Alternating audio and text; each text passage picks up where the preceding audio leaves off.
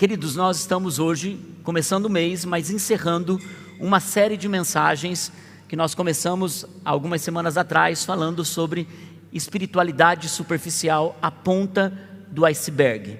E nós temos estado nessa jornada falando sobre o quanto a maturidade espiritual precisa de coragem, porque toda pessoa espiritualmente madura, ou que está crescendo, ou que está na jornada, ela precisa de vulnerabilidade. Ela precisa ter coragem para abrir o coração, demonstrar a sua história e crescer em direção ao seu propósito. E hoje, nesse primeiro culto do mês de setembro, eu quero encerrar essa palavra com uma pergunta: e se? E se?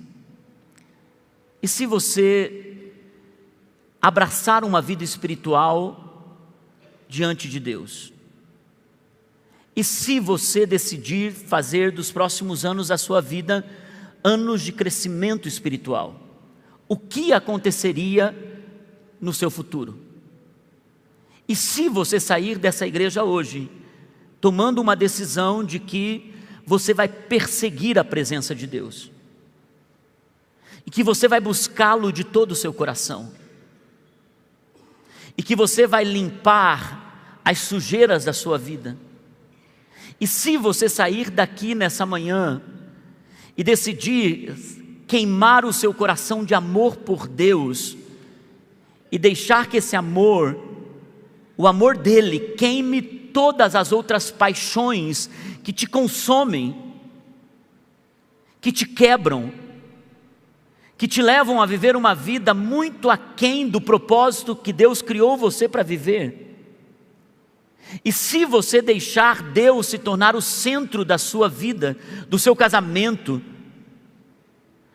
da sua filosofia, da sua mentalidade, do seu futuro, e se você confiar que Deus tem uma história para você, tem uma história de mudança, de transformação, uma história de cura, de restauração, e se você se entregar de verdade, o que aconteceria nos próximos anos com alguém que toma uma decisão em um dia comum como esse? Eu quero compartilhar com vocês hoje os desafios de viver uma vida profunda em Deus, e se você abraçar essa vida, e se você determinar que você vai crescer, e que você vai deixar coisas do passado, e que você vai deixar mágoas, ofensas, decepções, até mesmo você no centro, o que aconteceria se você entrasse nessa vida profunda com Deus? Eu quero, é claro, numa mensagem como essa, nós não temos como abordar tudo que poderia nos levar a isso.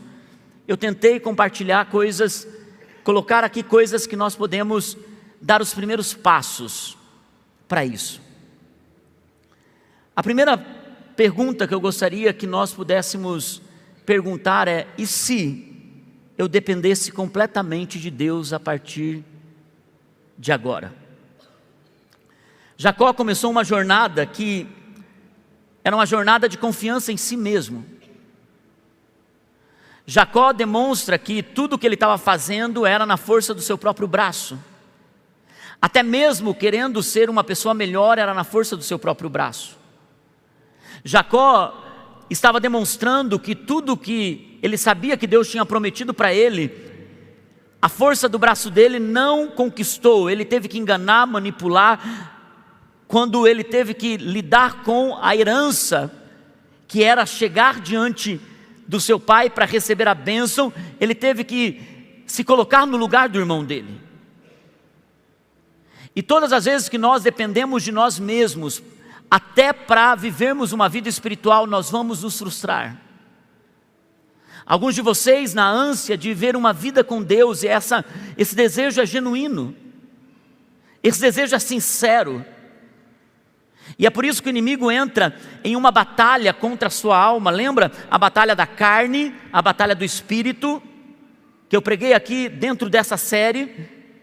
O quanto há uma batalha querendo nos levar para longe do propósito de Deus.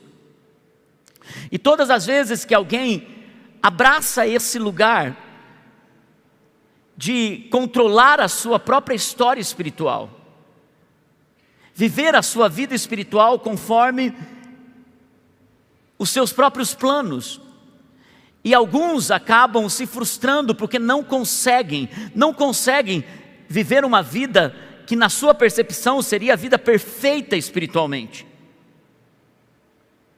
Ele não abraça a vulnerabilidade, colocando nas mãos de Deus até a força que Ele nos dá para nos apaixonarmos por Ele. Irmãos, se Deus não agir, nem os nossos sentimentos e inclinações serão voltados para Ele. Nós sempre vamos escolher as coisas que dão prazeres momentâneos.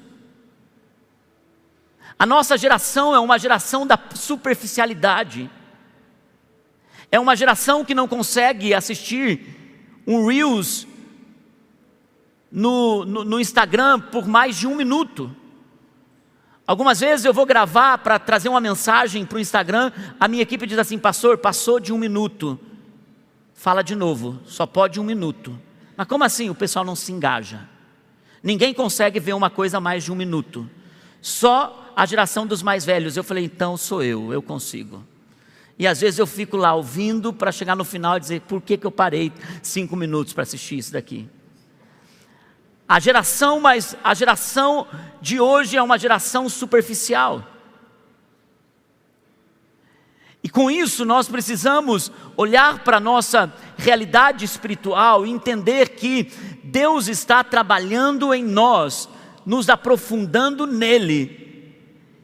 E ao achar a nossa geração, entender o tempo da nossa geração, vai fazer com que a gente busque a Deus sem culpa. Irmãos, muitos de nós estamos sendo vencidos pelo pecado, pelos prazeres, não porque a vida espiritual é uma vida de perfeição, mas muitos estão sendo vencidos porque ao caírem se afastam de Deus, ao invés de se aproximarem dEle. Ao errarem na jornada, eles vão embora, ao invés de ficarem persistindo numa dependência de Deus. E se hoje você saísse daqui e como Jacó, cansado de controlar a sua própria história, controlar a sua própria vida, você decidisse no teu coração, Deus, o Senhor conhece as minhas fraquezas, o Senhor conhece quem eu sou de verdade, o Senhor conhece o meu nome, o Senhor conhece a minha história, e o Senhor sabe que eu venho numa história de muitos desafios, até de muitas quedas. Mas hoje eu decido colocar nas suas mãos a minha dependência. E se você hoje parar de controlar tudo na sua vida, e se hoje você decidir começar a confiar em Deus de todo o seu coração, e se hoje você tomar uma decisão aqui nesse lugar, nessa manhã, de que todas as áreas da sua vida, você vai vencer com Deus, você vai colocar isso em Deus e você vai dizer, Senhor, eu vou passar por todos os desafios, mas eu quero dizer uma coisa, eu não te deixarei. Jacó chegou um momento que ele disse, Senhor, eu vou estar contigo. E ele luta uma noite toda para Deus ser o centro da sua vida.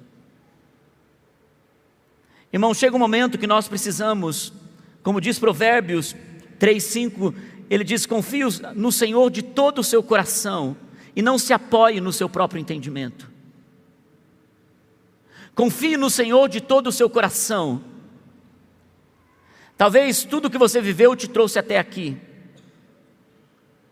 E Deus quer fazer uma virada na sua vida espiritual. Hoje eu fiz essa pergunta para mim pela manhã enquanto eu estava orando. Márcio, e se você depender todas as suas áreas de medos para mim?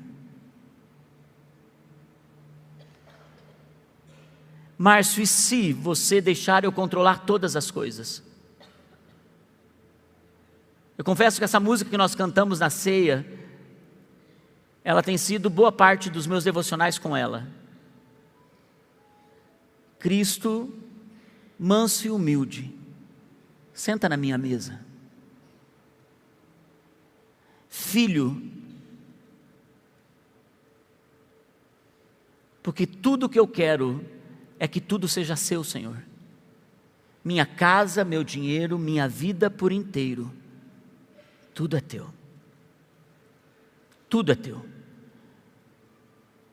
Irmãos, e talvez tudo que você esteja lutando é querer controlar todas as coisas, e muitas pessoas se quebram por conta disso. E elas se afastam, elas vão embora. A primeira coisa a fazer é: Senhor, eu quero que a minha vida dependa completamente do Senhor. E para isso acontecer na prática é que Deus seja o centro da sua vida. É que todas as decisões passem pelo controle dEle. E isso muda tudo. Senhor, se o Senhor está controlando todas as coisas, eu quero agir conforme a sua vontade. A outra coisa que eu penso sobre uma vida espiritual profunda, e se nós abraçássemos a humildade? E se nós de fato abraçássemos o que de fato é ser humilde?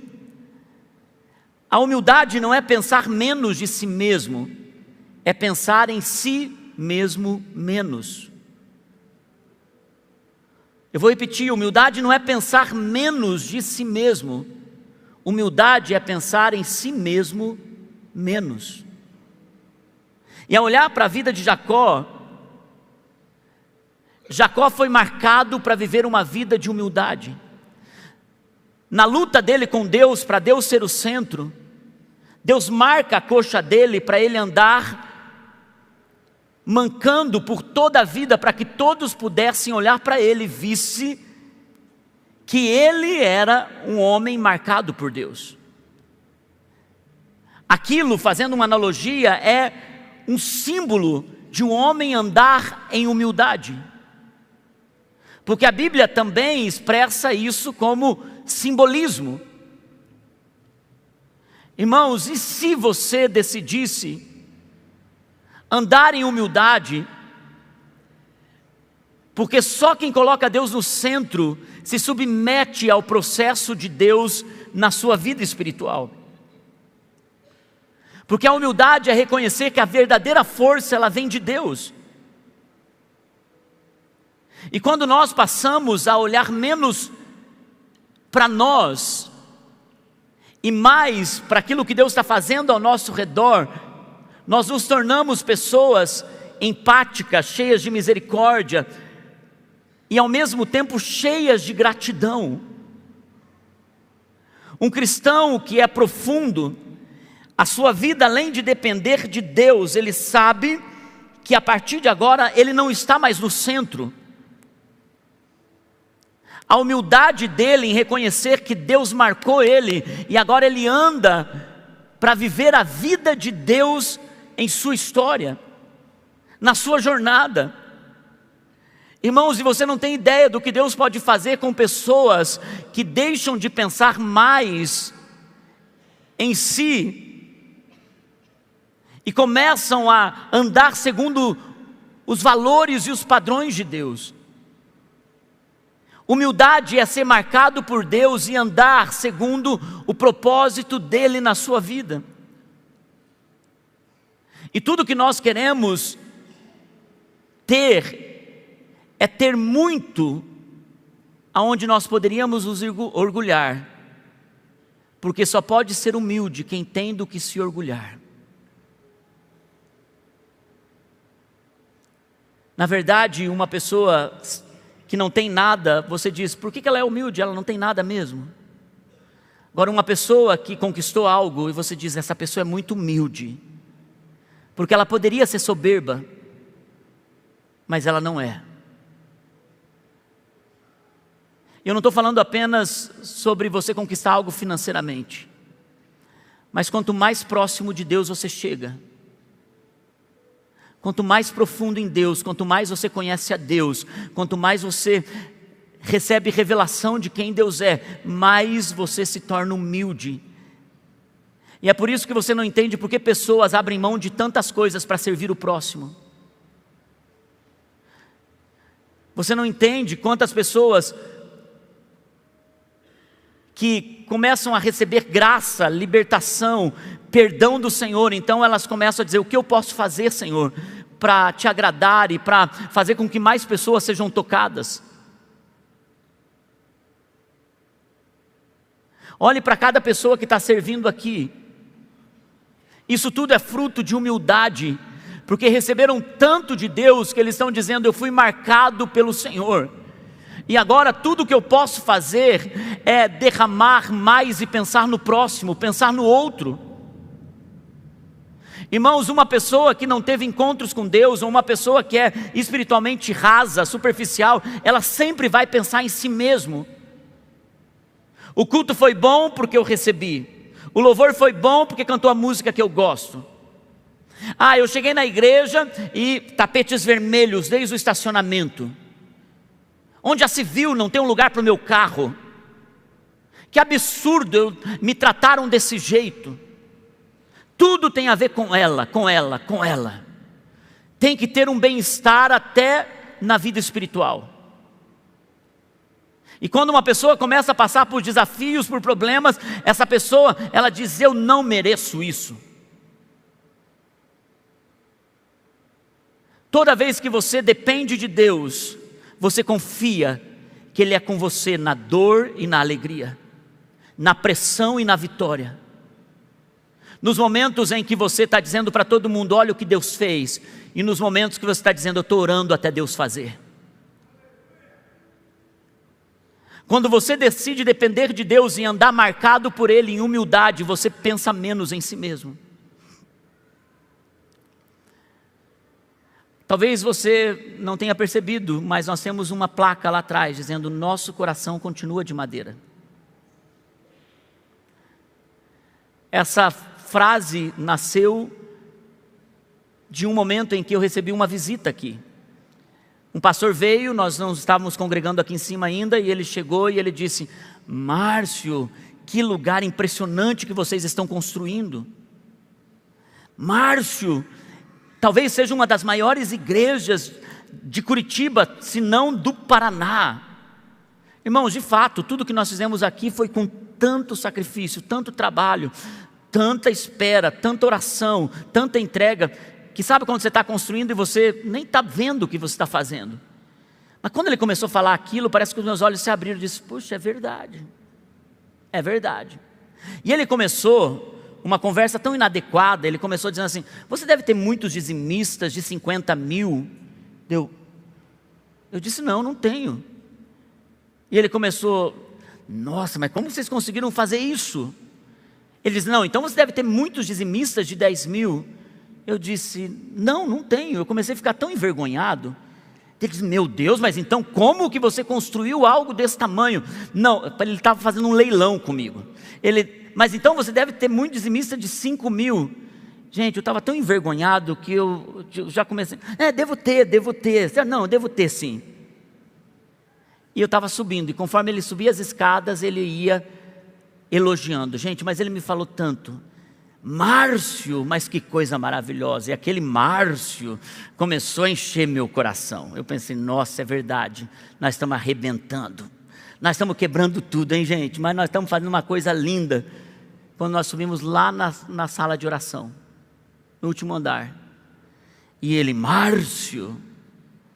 Eu subi, olhei para baixo, e olhei a casa de madeira, e veio uma voz no meu coração dizendo: Márcio. Não era Márcio. Ele disse: Márcio, tudo que você fez aqui foi como comunidade. Foi o trabalho da irmãzinha que vendeu pano de prato. Foi o trabalho de cada pessoa que vendeu bolo, fez feijoada. Vocês sabem o quanto nós trabalhamos para chegar nesse lugar. Vocês sabem o quanto foi a fidelidade de trabalhadores, gente fiel. Gente que soube, como o pastor Luiz falou hoje, colocar Deus em primeiro lugar.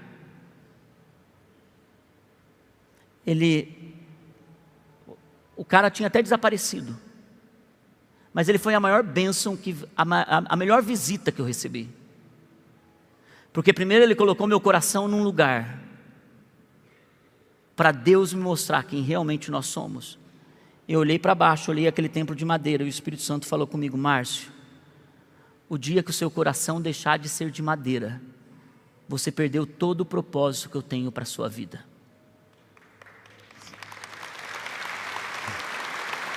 Todo o propósito.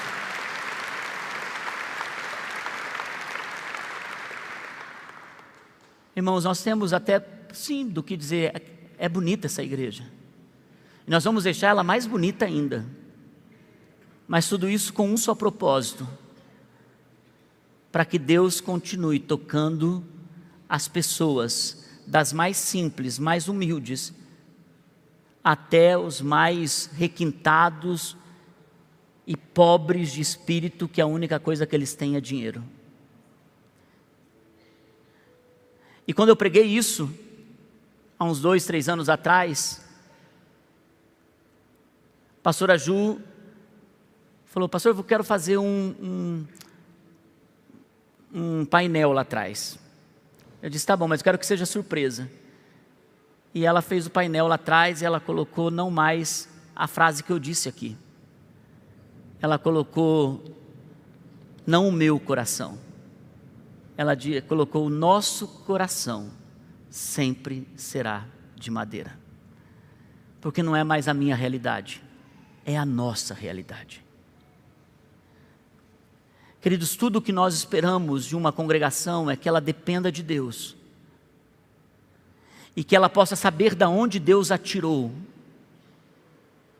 e que de vez em quando a gente tende a se orgulhar do que nós nos tornamos, até da vida espiritual que nós estamos, do conhecimento bíblico que nós recebemos, até de tudo que nós estamos vivendo, aí Deus de novo nos conduz ao coração de madeira. E tudo que Deus precisa nos conduzir muitas vezes é a lugares da onde Ele nos tirou. Por isso que Ele continua dizendo que Ele é o Deus de Jacó: eu tirei você de uma vida miserável e coloquei você em um lugar de destino. Isso é humildade.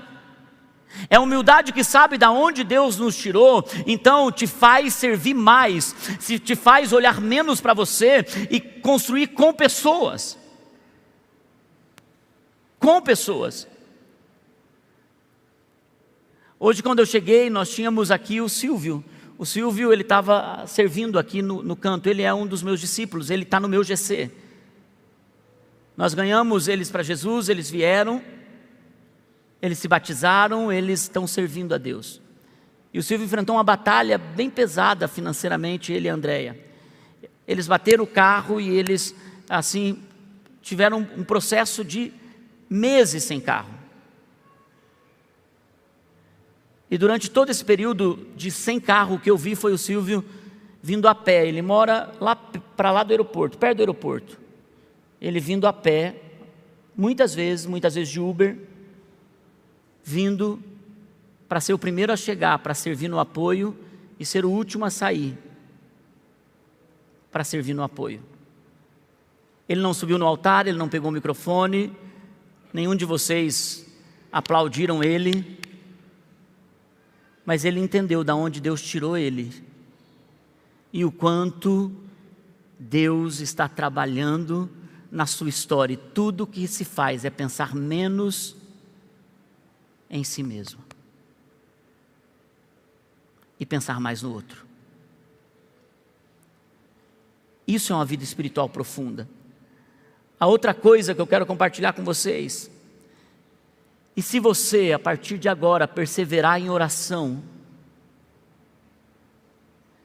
mesmo nas lutas mais desafiadoras, e se você, a partir dessa série, decidir: eu vou ter uma vida consistente de oração, Eu vou organizar minha agenda, eu vou dormir mais tarde, mais tarde para orar depois que eu chego da universidade, do trabalho, eu vou acordar mais cedo. Jacó, ele lutou com Deus. Ele passou uma noite persistindo em oração. Irmãos, tem coisas na nossa vida que nós vamos persistir em oração não apenas porque nós estamos precisando de respostas. Se já é difícil alguns de nós persistirmos em oração quando nós precisamos de uma solução, de uma resposta, imagine quando tudo está bem e nós precisamos continuar persistindo em oração. E nisso, os muçulmanos dão um baile em nós. Eles oram 3 vezes por dia com devoção. Eles precisam mencionar o nome de Deus, não sei se 30 ou 40 vezes por dia. Todas as vezes que eles vão fazer alguma coisa, não sei se lavar as mãos ou fazer alguma coisa, eles precisam mencionar antes de tudo: Deus, eu te agradeço por isso. Nós cristãos, na sua maioria das vezes, estamos dizendo: eu sou demais, olha o que eu fiz, olha o que eu conquistei. Alguns não têm o hábito nem de fazer uma oração na hora do almoço, agradecendo a Deus. Outros não têm o hábito de reconhecer a Deus, porque Deus é bom por tudo que você está vivendo. Irmãos, a primeira coisa que a gente faz quando a gente chega num lugar e Deus nos deu a oportunidade de tirar umas férias, em qualquer lugar que seja, a gente chega e diz: Senhor, obrigado, porque o Senhor tem sido bom para conosco. E se a sua vida de oração passar de uma vida de oração rasa e ela se tornar uma vida de oração que ela briga não apenas pelas coisas que você quer, mas ela briga para que você possa conhecer mais a Deus, e uma luta de agenda, e uma luta por prioridades. Vida plena, pense, tua vida de oração está como está, não é por falta de tempo. O duro vai ser chegarmos naquele dia, a gente olhar para a nossa linha do tempo e a gente perceber que a gente usou mais as 24 horas, atualizando o feed do Instagram, assistindo algumas séries, e está tudo bem fazer isso, não tem nenhum problema fazer isso. Nos ocupando com tantas outras coisas e dizer que nós não temos tempo para orar, para falar com Deus, para agradecê-lo. E se você sair daqui com o processo de crescer na sua vida de oração? E para terminar, e se você mantiver o seu chamado a partir de hoje, sabendo que o Deus que te chamou de Jacó para ser Israel é o Deus que precisa ser honrado aonde você estiver. E se você decidir que Deus vai ser aquele que vai te conduzir em esperança e graça, por qualquer conquista que você tiver. Eu fui chamado do reino das trevas para o reino do Filho do seu amor. Eu fui resgatado de uma vida de pecado e Deus me deu um novo propósito.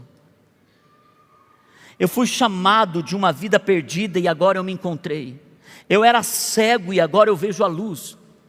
Eu era Jacó e agora eu sou Israel. E se eu decidir viver uma vida com propósito para toda a minha história, e se Deus te conduzir a um lugar aonde Ele te coloca nos melhores ambientes, te promove, te coloca em lugar de autoridade, de repente você se torna influente na sua área, de repente finanças começam a vir, de repente Deus prepara para que você se torne uma pessoa onde as pessoas dizem: uau, olha o que Deus está fazendo na vida dele. E é ali, meus irmãos, onde nós mantemos o nosso propósito. E se você construir uma vida espiritual, que não importa onde você esteja, no vale ou na montanha, você sabe quem você é em Deus. Uma pessoa que começa a andar com Deus, ela coloca Deus no centro. Ela reconhece que tudo que Deus fez é para torná-la humilde, o coração de madeira, para servir outras pessoas. Uma pessoa que começa a andar com Deus, ela sabe que o seu coração está em um lugar aonde ela se posiciona com firmeza, sabendo o seu propósito e para onde ela está indo. A minha oração é que Deus estabeleça vocês em um lugar onde Ele vai ser honrado, aonde você estiver. E é por isso que as nações disseram: há um Deus no meio de Israel. Tudo que eu quero que as pessoas digam: há um Deus na família Vida Plena. As pessoas ali, elas estão indo para os seus lugares, elas são uma grande bênção. Eu estava em Belo Horizonte, eu encerro com essa história. Eu estava em Belo Horizonte e um dos pastores que estava me buscando do hotel para a conferência, ele me contou um pouco da história dele. Ele disse: pastor, eu me perdi no meio do caminho e acabei voltando por uma coisa. A minha esposa escreveu por 1 ano e meio cartas e ela deixava no correio, ali na caixa de correio. Eu pegava aquelas cartas, eu lia, era sempre uma mensagem de Deus para mim.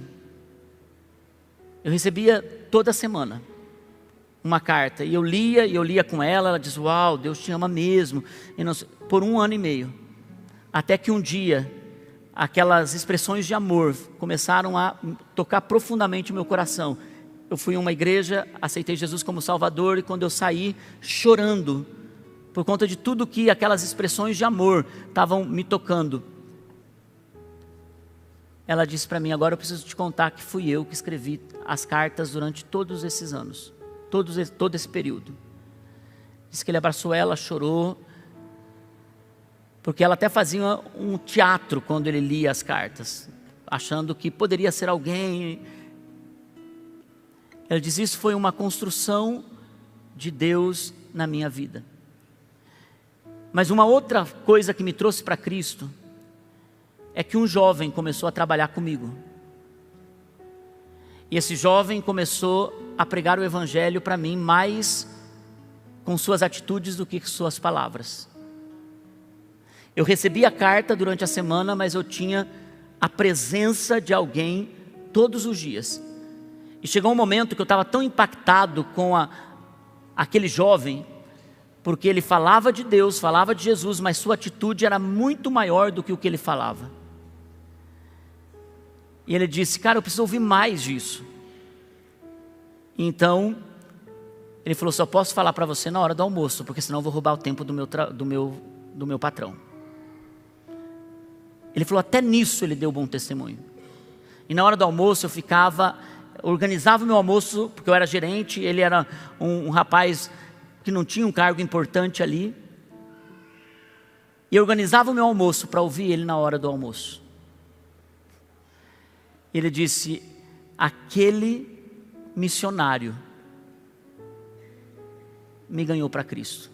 Aquele menino, missionário no trabalho, me ganhou para Cristo. Ele falou: e se não bastasse isso, quando eu entrei pela primeira vez no culto para aceitar Jesus, um jovem saiu de lá e disse assim: você está aqui? Ele disse: eu não te conheço. Ele falou: mas eu te conheço, porque eu oro por você já faz 3 anos. Como assim? Sim, eu oro por você faz 3 anos. Todas as vezes que você pegava o ônibus pela manhã, quando você era um jovem, e eu via você, às vezes vindo com garrafa de cerveja às 6 horas da manhã, pegar esse ônibus. Depois eu parei de ver você, e eu continuei orando por você. Eu disse: Senhor, o Senhor tem um propósito naquele jovem, porque o Senhor colocou ele na minha vida por muitos anos, e eu continuo crendo que o Senhor vai tocar ele. Ele abraçou esse jovem, chorou. Sabe, irmãos, quando Deus nos tira de um lugar, Ele nos tira para olhar para o próximo. Para quando Deus nos coloca em um lugar, nós sejamos alguém de propósito nesse lugar. Você está sendo enviado para a tua escola.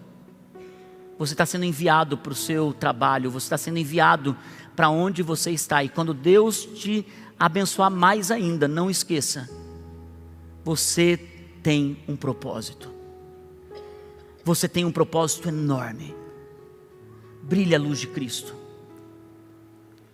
Que nós possamos fazer uma virada em Deus através dessa série, uma vida de espiritualidade superficial. E a decisão é sua. E se você tomar a decisão hoje? Que essa seja a nossa oração, em nome de Jesus. Vamos nos colocar em pé.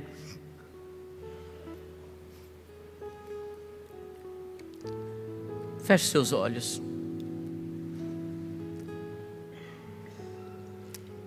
Enquanto nosso time vai nos conduzir em oração, eu gostaria que você se posicionasse ou nos 4 pontos ou em um deles.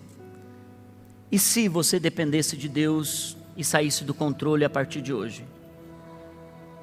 E se você entrar num lugar de humildade e pensar menos de si mesmo, mas começar a pensar em si mesmo menos? E se você hoje tomar uma decisão de que você vai entrar num lugar de oração, para conhecer a Deus, para entregar tudo para Ele, seja bem cedinho pela manhã, seja na hora do teu almoço, seja no final do teu dia.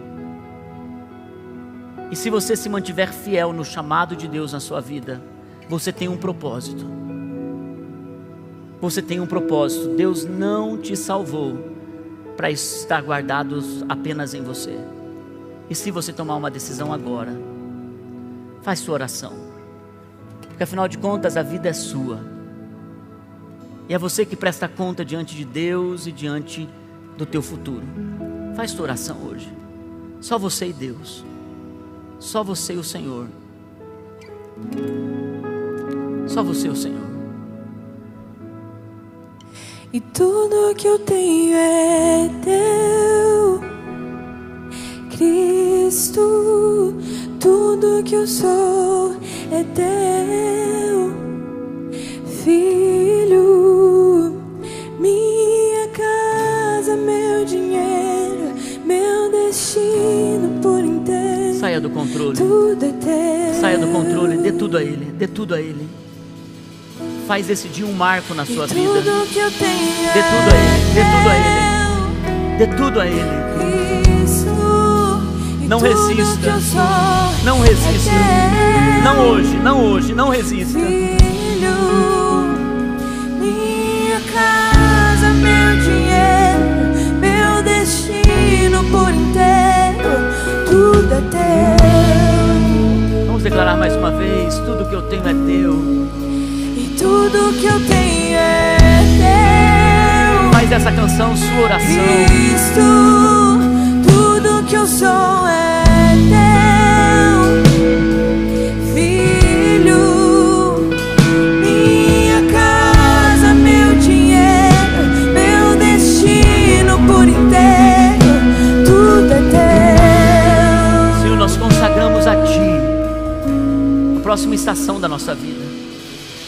Senhor, aqueles que estão comprometidos em andar contigo, Senhor, seja o Deus deles, seja o Deus que abre portas, seja o Deus que libera oportunidades, seja o Deus que estabelece eles em um lugar de confiança. Senhor, seja o Deus que os coloca com o coração humilde para dar muito daquilo que o Senhor tem para eles. Senhor é um Deus bom, um Pai amoroso. Senhor, que eles possam olhar para o Senhor nessa estação e construir uma vida contigo segundo o teu propósito. Abençoa seus filhos, Senhor, na sua etapa, na sua jornada, em tudo que o Senhor vai fazer. Nós abençoamos essa casa, essa igreja, e dizemos que o teu futuro seja abençoado, em nome de Jesus. Amém e amém. Amém. Se você é novo aqui, não vá para casa sem pegar uma lembrancinha nossa lá. Deus abençoe. Vamos com Deus. Nós vamos pedir para que apenas os pais dos kids peguem aqui essa entrada, para que nós tenhamos uma facilidade maior com a nossa saída. Deus abençoe.